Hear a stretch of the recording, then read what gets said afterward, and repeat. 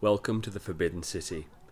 Between the early 1400s and the early 1900s, this place was home to 24 emperors and remains today as one of, if not the most famous places in the country. Let's get exploring. Alright, so this is the entrance. This is the Meridian Gate, which is the main entrance now where you do your tickets and all that kind of stuff. Well, let's get going. This is probably the busiest place I've ever done a video from, I think.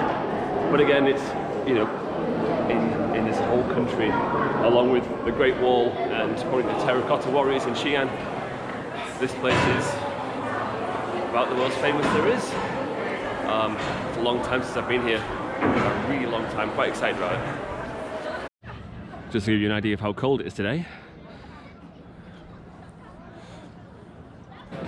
Dragons everywhere.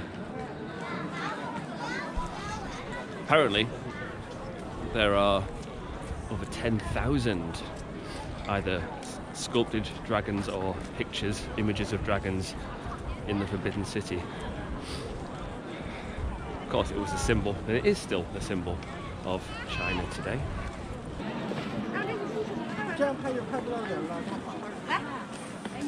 So the building behind me is the Hall of Supreme Harmony. It is the most important building in the whole Forbidden City, and it's probably the most famous building in China. It's also the largest wooden building anywhere in China. The Hall of Supreme Harmony was the center of the Chinese world for over 600 years. Of the 980 buildings in the whole complex, this is the largest, and being built on a 3-level marble base, it's an imposing building. Its 10 roof animals, its location in the complex, and the construction materials used are what make it unique. The building's importance lies in all of the surrounding structures, making this the key focal point of what is the largest palace on the planet. So the Hall of Supreme Harmony has been burnt down a few times. The one we see today was built in 1695, and it's actually a lot smaller than it used to be. It's still the biggest wooden building in China though. Spectacular building. So this was the most important building where most of the big kind of ceremonies and things took place. Also, it contains the dragon throne where the emperor sat to give his imperial proclamations and stuff like that.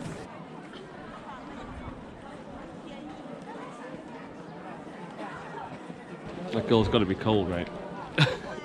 I'm so cold, like I can barely talk anymore. My lips are frozen. She's wearing like just a dress, doing some photos.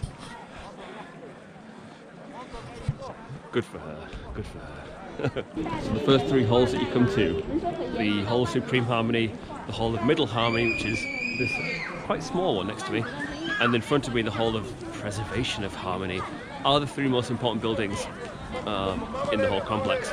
It's where the emperor would, well, the first hall, the Hall of Supreme Harmony, is where the real business took place, and these other 2 halls were used for a few things.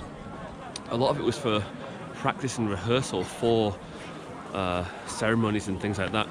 And this hall, this is the Hall of the Preservation of Harmony, was also used for the final of imperial exams for a while, amongst other things. Just monstrously huge buildings.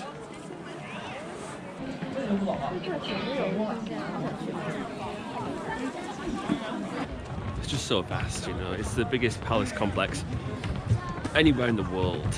However, in Chinese history, it is certainly not the largest.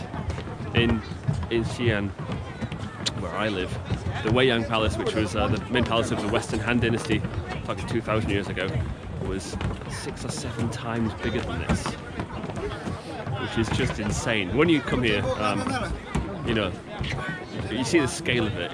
It's just unbelievably huge. I can't even comprehend what these old palaces 2,000 years ago, and obviously in the Tang Dynasty as well. The Daunting Palace also is in Xi'an. The remains of it is still there in Xi'an. Was also just way bigger than this. Unbelievable. Beautiful glazed tiles. Look at that. Spectacular. Although we tend to call it the Forbidden City in English, the current official name in Chinese translates as the Palace Museum.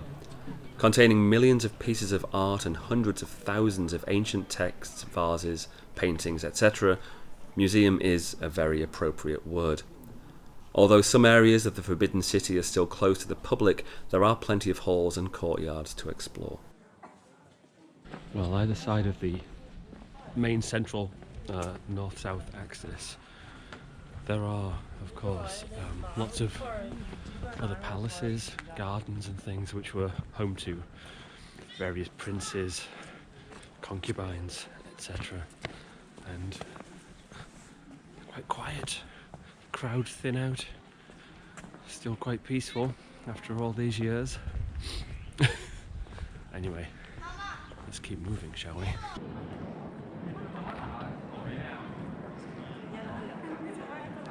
So this part of the Forbidden City is called the Treasure Gallery. It's actually another ticket. It's only 10 kwai. It's quite cheap actually. The whole ticket for the place is 40 RMB, and then it's an extra 10 to get in here. However,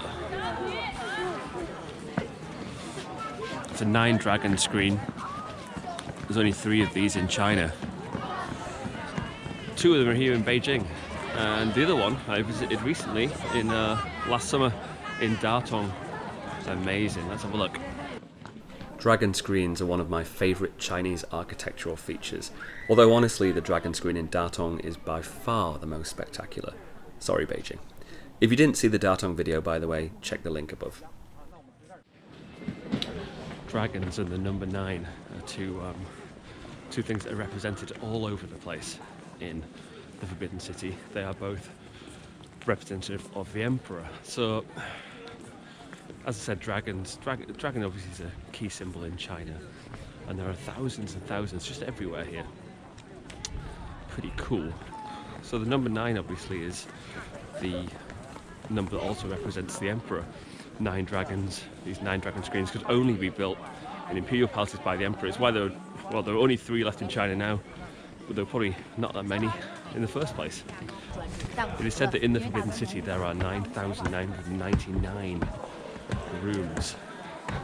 Apparently it's not true though. Apparently there are actually a few less than that, but that's what they say anyway. The main buildings, the Hall of Supreme Harmony that we saw earlier, is 12 beams along the front by 6, 72. So everything is a 9, represented by, you know, a multiple of 9. There are 9 gates. There are 9 watchtowers. Interesting stuff. The treasure rooms contain vases, jade and lots of gold stuff, and are really worth an explore. Oh, and very importantly, the Qianlong Golden Pagoda. So this 3-story building behind me is was the opera hall that was obviously used for just the emperors and empresses and princes to come and watch. You know, they really did have everything, didn't they? You can see why towards the end of the imperial age people were not that happy about stuff. The excesses of particularly Dowager Empress Cixi were one of the main reasons why rebellion broke out, just spending money on crazy stuff while the country really struggled with a lot of problems.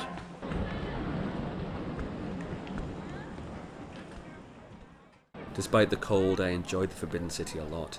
Everywhere you look there is something to see. The wood carving and stonework is absolutely sublime. I would highly recommend either being well read up on the palace and its architecture before you come, or hiring a guide. However, you need hours to visit, and it is really not just a place you can turn up for a quick look. It needs time and patience. I do like how ornate everything is. Beautiful. So the Forbidden City was home to 24 emperors, starting with the Yongle Emperor, who was the 3rd emperor of the Ming Dynasty. He first held court here in 1421, and the emperor stayed here throughout the Ming Dynasty and the final dynasty of China, the Qing Dynasty.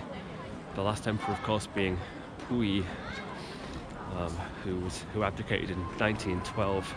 If you've seen the movie The Last Emperor, which is a work of art, that movie really, they actually filmed it in the Forbidden City itself. spectacular. It's about the life of the last emperor of China.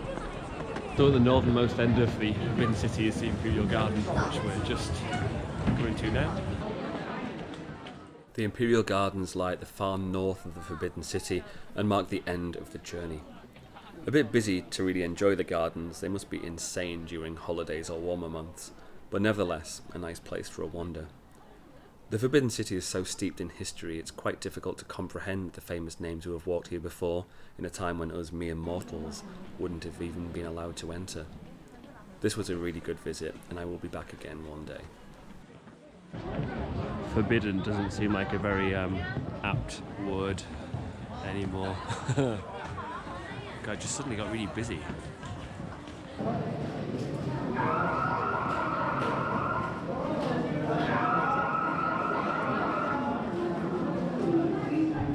Alright guys, and that was the Forbidden City, the most expensive real estate on the planet.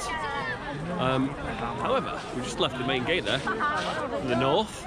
There is one last place I will take you, which is just in front of me. That is Jingshan Park, which is where you can get the best view looking over the whole Forbidden City. It's a little hike up a hill. Come on, let's go. Let's finish the video that way, let's do it right.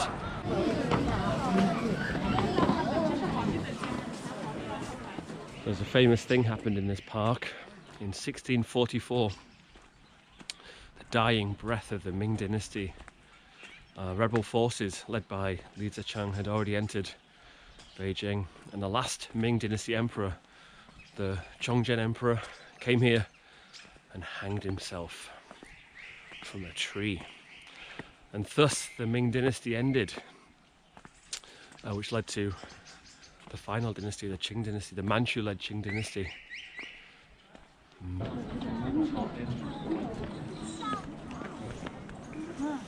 So this hill in Jingshan Park is artificial. It was built with all the earth and the dirt removed from the construction of the Forbidden City, so like from digging out the moat and things like that. Beijing is an otherwise very, very flat city. Well, here is the view. God, it's just so huge.